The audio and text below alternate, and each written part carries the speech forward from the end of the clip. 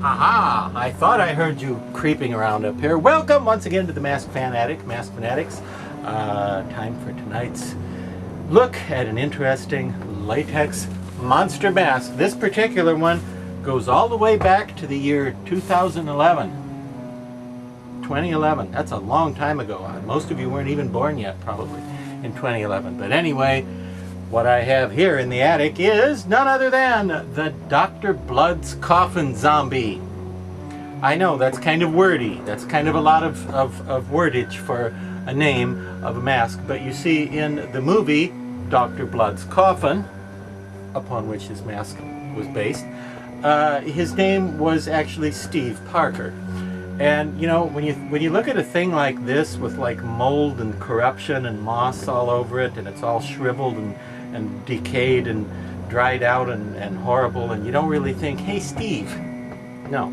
But this character, Steve the Rotted Corpse, is, I think, of historic significance because the movie Dr. Blood's Coffin came out way back in the year 1961. And prior to that, zombies in movies had traditionally been very devoid of free will. They just followed orders, just obediently did as they were told, kind of like Americans with internet access and Facebook and all that. They just did what was expected of them, and they were always told what to do by a zombie master, who usually was the guy who conjured them up.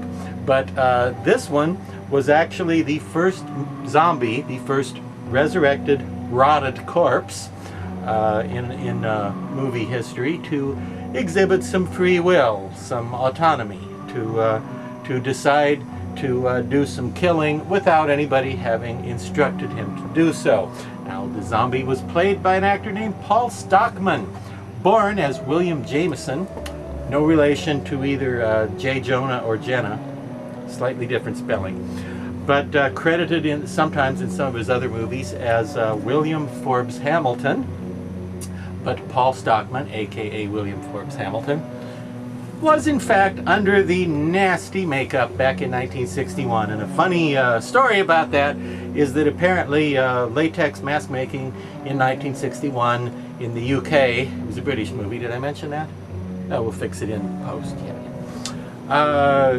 Mask making was not what it would later become, and latex mask making was not an exact science, so whatever kind of weird rubber formulation the makeup artist used to make the original mask, it kept drying out and going brittle on them quickly, and that wouldn't do because the script called for the zombie to move his face a little, because he's dead, he's lying on an operating table and he's dead, and then the mad scientist brings him to life, and they wanted to see, like, you know, his lips open a little and his eyes open and a little facial movement, and they couldn't do that because it kept going all stiff on him. So to keep the mask soft and pliable, the makeup artist would you know, cover it, wet it down, so to speak, with, I kid you not, ether.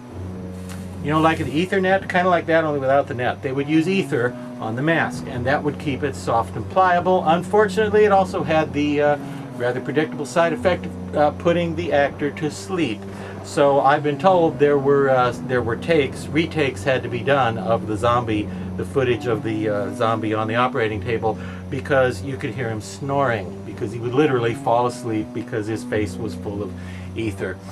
Either that or something else. But anyway, many years later, this very scary, very creepy, kind of realistic and unglamorous looking rotted corpse joined the mask world thanks to the efforts of Eric Shearer, aka Maskatron, who did this crazy sculpture of it, which I think is great. As you can see, it's a full head and a neck, and I don't know if any of these have been trimmed for wearing. I don't think so. I think if you were going to wear it, you'd want to trim some of this neck off and maybe just make the head.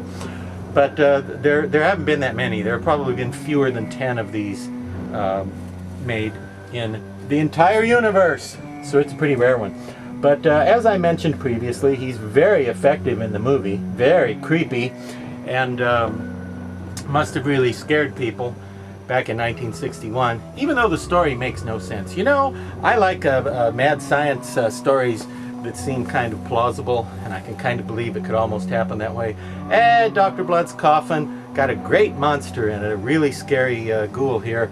But the science, you can't really even think about it, because it's the movie that kind of posits the theory that you could resurrect a long rotted, decayed, shriveled, withered, dried up corpse that's full of, you know, bacteria and worms and maggots and weevils and things that are breaking up and breaking down and breaking apart simply by transplanting a new heart into it. You're going to tell me that healthy heart is going to pump blood through arteries and veins and so forth that have been completely dried out? It's a silly movie in terms of the mad science part of the plot, but pretty good in terms of characterization and suspense and that kind of thing. Anyway, the mask here by Eric Shearer, the Maskatron, I think belongs in everybody's collection, because for one thing, I like Hammer movies and I like British movies a lot, and this was not a Hammer movie, but it has kind of that feel. It's kind of a quasi-Hammer, kind of a pseudo-Hammer, neo-Hammer, crypto-Hammer, well, something like that. It kind of has that feel to it. And again, of some historic significance, because he was the first zombie to be mean. And mad scientists should bear that in mind, because I keep finding over the years that mad scientists always just assume zombies are going to be happy to be brought back to life. They always think, oh, I'll bring this corpse back and he'll be so grateful, to be back among the living. More often than not, that is not the case. In many cases, the rotted corpse in question, who is brought back to life, has no gratitude at all for the scientist, and instead of thinking, oh, isn't it wonderful to be back among the living instead of in the ground, the dead always seem to have this attitude. They always cop this attitude where they're like, I was sleeping. Why did you wake me up? What do you want? I was finally getting some rest there in the nice, cool ground, and I was free of the problems of the world of the living, the horrible things. I was free of worrying about things like war and famine and crime and influenza and Geico commercials. I was free of that stuff, and you woke me back up, and now I'm mad. And then the zombies show bad temper, But what do you expect from a guy whose brain is all corroded and rotted and full of confused notions, I'm sure, what with the conflict there of the rotted brain tissue and the nice fresh blood pumping through the... Well, anyway, cool mask, I think. Cool mask. And by the way, Mr. Paul Stockman, a.k.a. William Forbes Hamilton, acted in many other things, unrecognizable in Dr. Blood's Coffin, of course, but even recent pictures like Robin Hood from 2010, Jack the Giant Slayer from 2013, and Vampire Academy from 2014. So, and for some reason, uncredited in a lot of those roles. But kudos to Mr. Jameson, aka Stockman, aka Forbes Hamilton, for being a really scary zombie that scared me on late night TV 1,000 years ago when I was a kid and stayed up late to watch scary movies, and for being the first zombie to act of his own volition. And I think he's acting right now. You'd better look out.